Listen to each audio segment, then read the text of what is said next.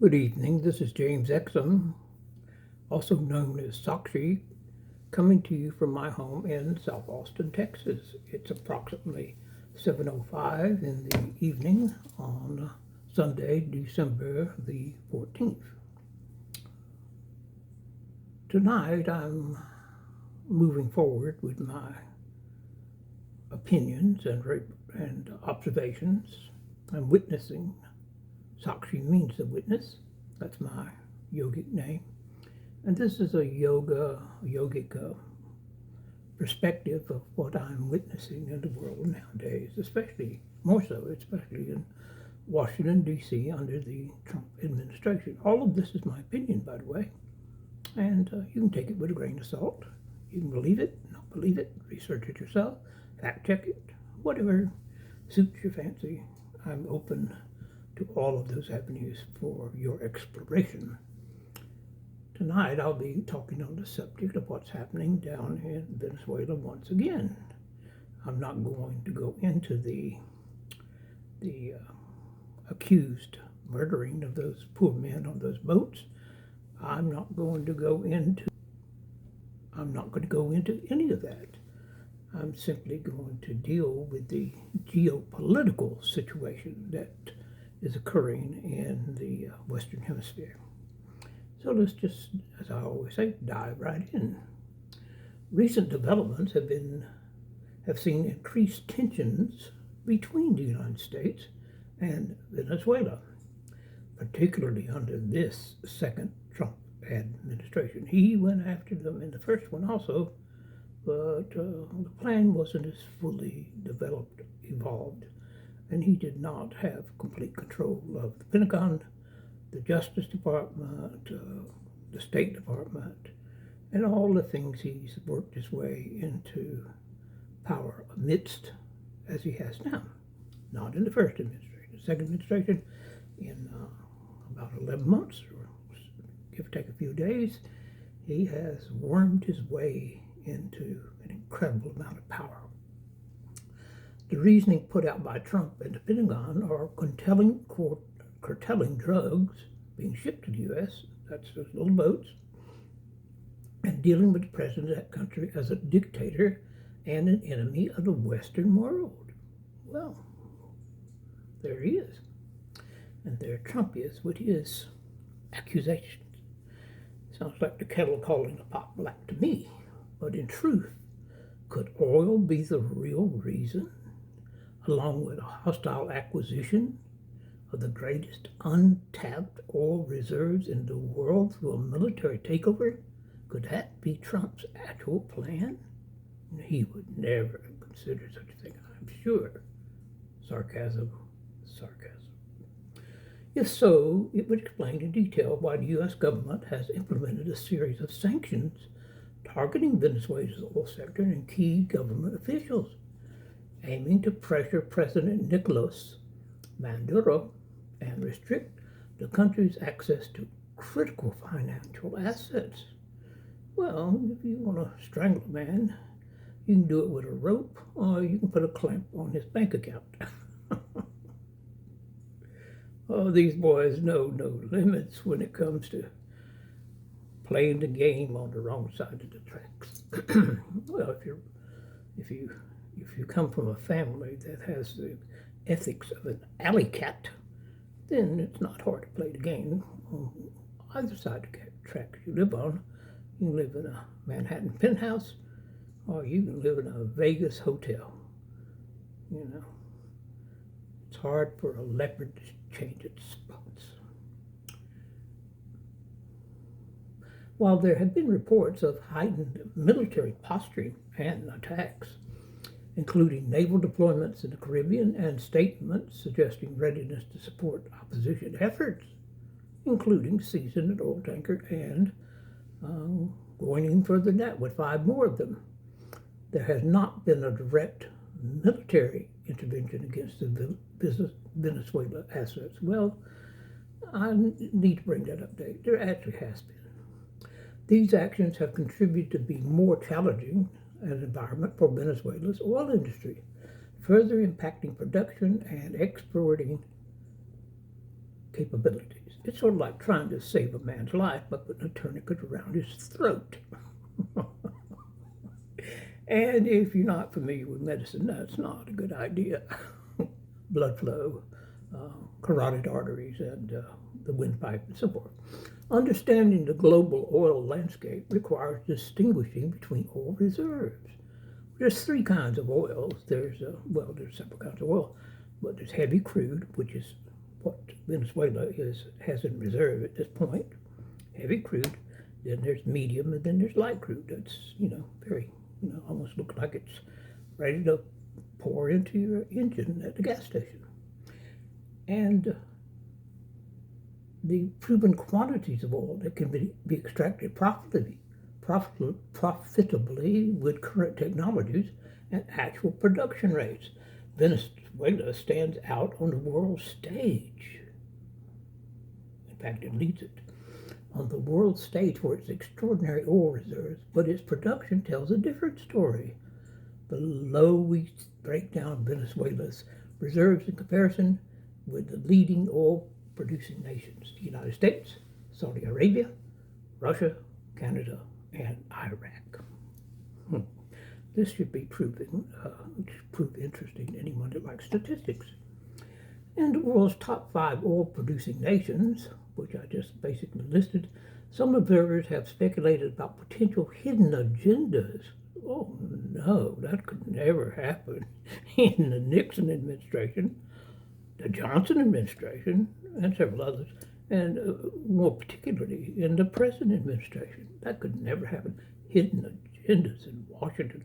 Oh, Lord help us. Grab your beads, girls.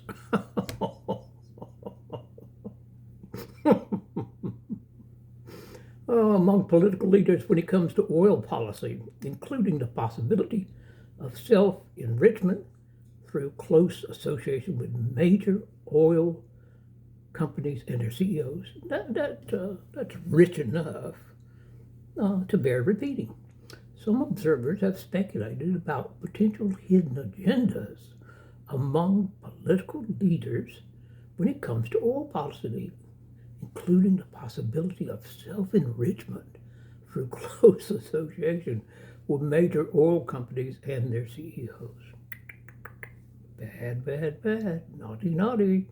Such concerns often arise in discussion about energy policy and international oil relations, as the interests of private industry and political figures can sometimes intersect in ways that are not immediately transparent, no matter how much the regime in power screams from the podium that, oh, we're 100% transparent.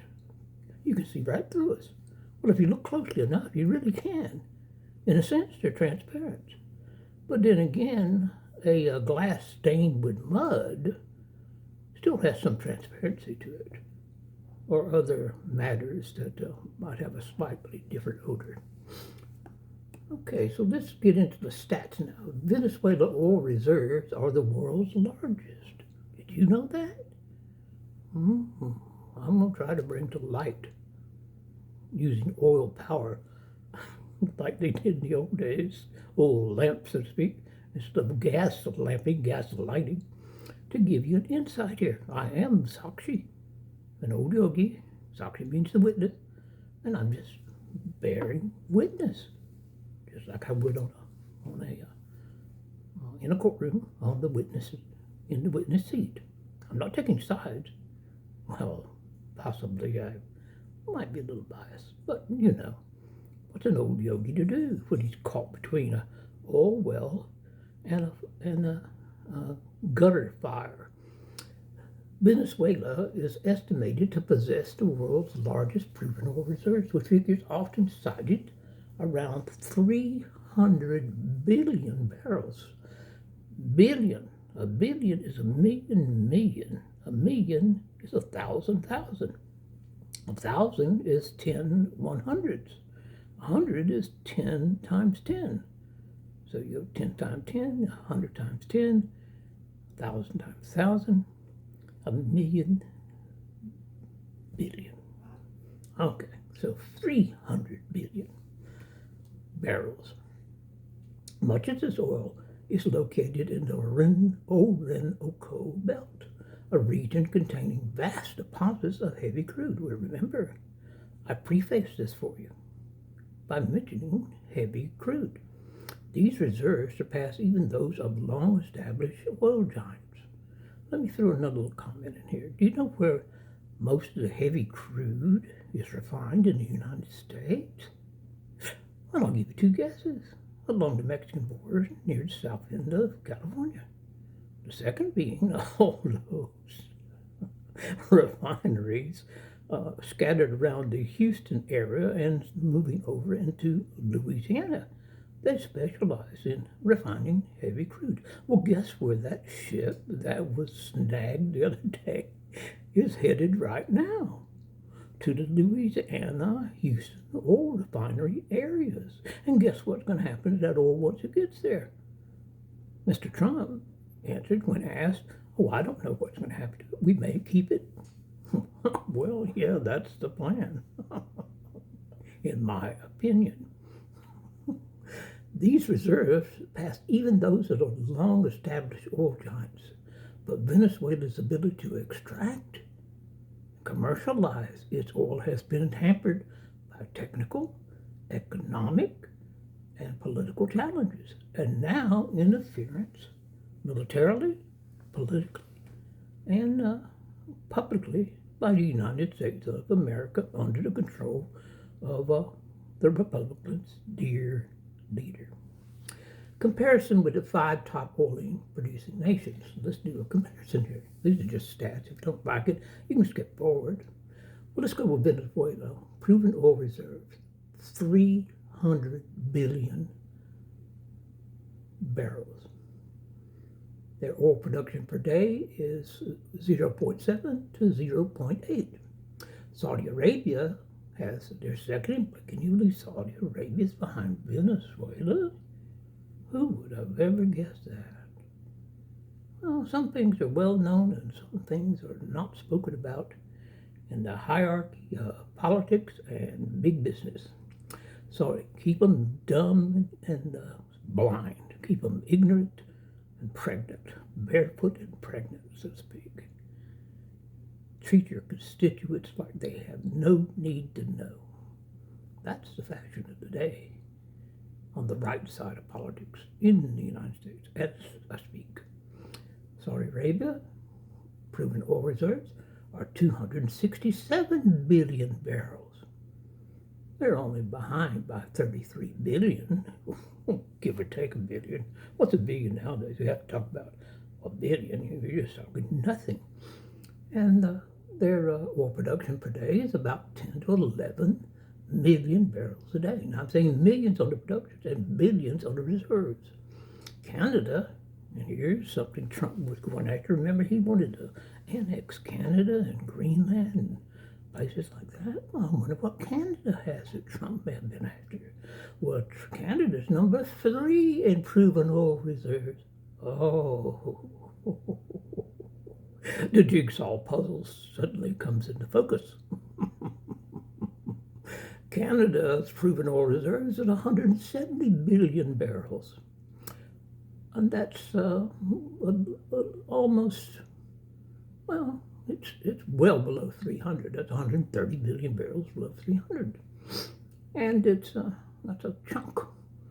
And its production is 4.5 million a day. Okay? Behind Saudi Arabia. Iran, 155, 3.8 on the production. Iraq, the reserves 145, 4.5 on the production. United States, the leader of the world. Drill, baby, drill. And if you can, drill fast enough and go out and pirate it out of somebody else's fields. Shades of Queen Elizabeth pirating the high seas with Sir Walter Raleigh and the boys. No wonder they ruled the waves. Now, the United States has a proven oil reserves of 70 billion barrels. That's 230 billion barrels less than Venezuela. I'm sorry I'm so amused by this, but this is just open information that anyone can get. I was able to put it together in an afternoon and make a chart even. You're welcome to do the same. And the United States production is 17.8. That production, by the way, is at least 16 times as much as what poor Venezuela is putting out. So in other words, they've got the money in the bank, and we're spending it like drunken sailors. Who's gonna run out first? Well, not if Donnie and the boys get their hands on it. You see, he doesn't care if it's gold. He doesn't care if it's political maneuvering. He doesn't, political capital. He doesn't care what it is, as long as he can get his fat little greedy fingers around the throat of the person possessing it at this point in time. Now let's go down to our old buddy Russia. Well, his buddy, not mine. I grew up where we had to climb under our desk at schools about once a month because we had to practice air raid drills. Oh yeah, this was during the Cold War, which wasn't fun getting on your little bony knees as a kid in the 5th grade under a desk for 30 minutes while the teacher said, now you're in a good position, just stay there, put your hands over your head. Like that would have saved us during a nuclear attack. Please. But, you got to play the game even at elementary school level if you're a good American teacher. Under Kennedy and Eisenhower. Eisenhower. I loved Eisenhower. At least he was honest about one thing, about the industrial complex and all that. The manufacturing industrial complex, military industrial complex, excuse me. So Russia's at 80 proven billion barrels, which is about, let's see, almost 1/4, a little less than 1/4 of what Venezuela's got. And they're supposed to be such a powerhouse with Siberia just floating on oil. It's floating on something, but it sure as hell doesn't seem to be oil. Okay, so let's move on. I'm sorry I'm so tickled about presenting you all this, because it's a very, and I'm going to get serious here, it's a very dire situation, folks.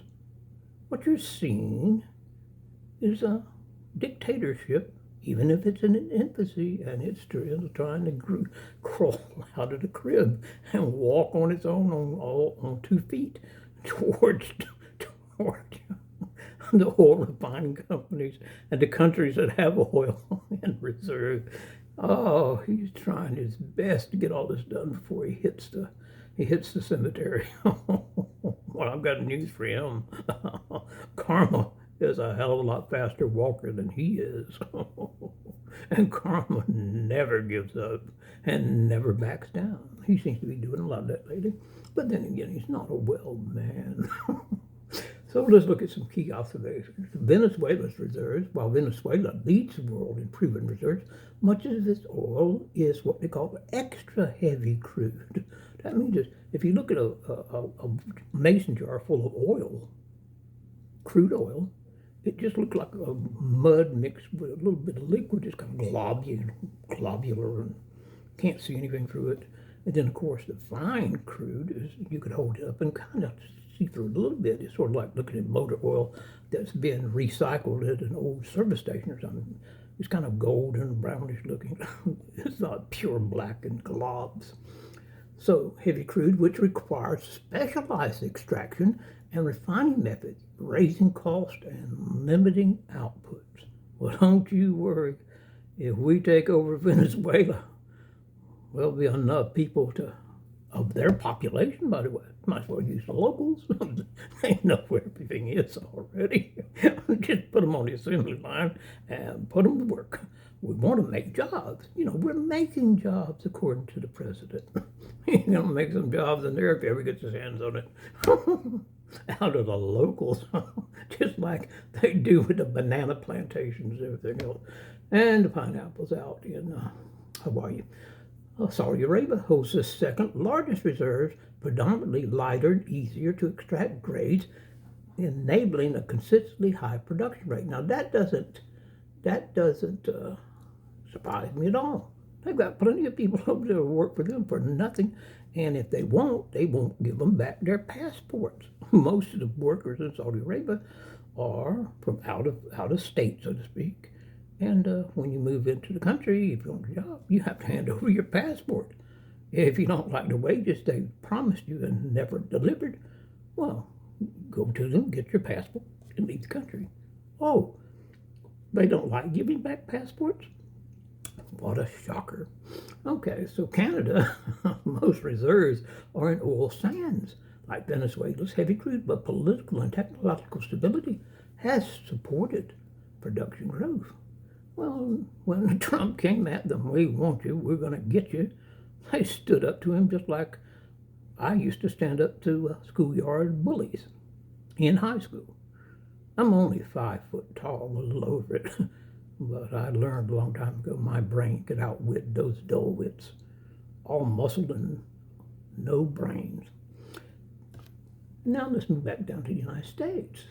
The United States has smaller reserves compared to Venezuela and Saudi Arabia, but thanks to the technological advantage, especially in shale oil extraction, which is also called fracking, which God knows what that's doing to the earth beneath the surface, setting off minor earthquakes and everything else. Okay, that's how we do it in the good old U.S. of A. Drill, baby, drill. Frack, frack, frack, frack, frack, as Trump would say. Keep them fracking. I'm an old fracker myself, as Trump can brag about. All of this currently leads to global oil production. Russia and Iraq, both countries, maintain substantial reserves and high productions, though their proven reserves are well below Venezuela's. We see it sounds like Russia and Iraq, those two boys, are playing the game right. They've got high production and high reserves. That doesn't work in the United States anymore, if you heard what I said. Okay, I'm just going to do this real fast. You'll excuse me, but I'm just going to do this real fast. I'm going to hold this up to flip it over, and I'm going to show you my little table I put together so you can get a visual of what I'm talking about. And there it is. Interesting, huh? Okay, I normally don't move my camera because I really don't know much about cinematography. Put it back, and I'm back. Okay. Production versus reserves. Despite its enormous reserves, Venezuela's oil output has declined drastically in recent years due to underinvestment. Well, you've got a global power like the United States threatening you and coming at you from all sides, from land, sea, and air, so to speak, which they're coming. They're already there, basically. They're just set and ready to go. Despite its enormous reserve, Venezuela's oil output has declined drastically in recent years due to underinvestment, mismanagement, infrastructure decay, and international sanctions. Well, Trump's throwing sanctions on them left and right, like it was throwing tariffs on the world left and right. You see how that worked out if you go to the grocery store tomorrow morning. And what you used to buy for $50, and that's a minimum amount for an old bachelor, or maximum amount for an old bachelor like me. In the old days, I'd carry home 3 or 4 bags and a couple of things on the side carried by hand. Now I carry out 1.5 bags and 1 thing in my hand. Oh, but it's the golden age, especially if your bank deposit, your bank balance in your savings account begins with a B. B for boy? No, B for billions. They're the ones who got the tax rake in that big, beautiful billionaire bill. Lord have mercy on us. So production versus reserve. Despite its enormous reserve, Venezuela's oil output has declined drastically. In contrast, nations like the U.S. and Saudi Arabia with smaller reserves have consistently higher production rates due to robust industry infrastructure investments and technology. Yeah, nothing like holding all the cards, boys. So I'm going to conclude right here. I'm going to try to do it around 25 minutes, maybe a little after. So in conclusion, Venezuela's position as the world's leader in proven oil reserves is undisputed. But this advantage is not translated into corresponding production levels. And now I'm getting very serious. It's really a sad subject. And I wasn't trying to make light of it. I was simply being sarcastic to the people in power.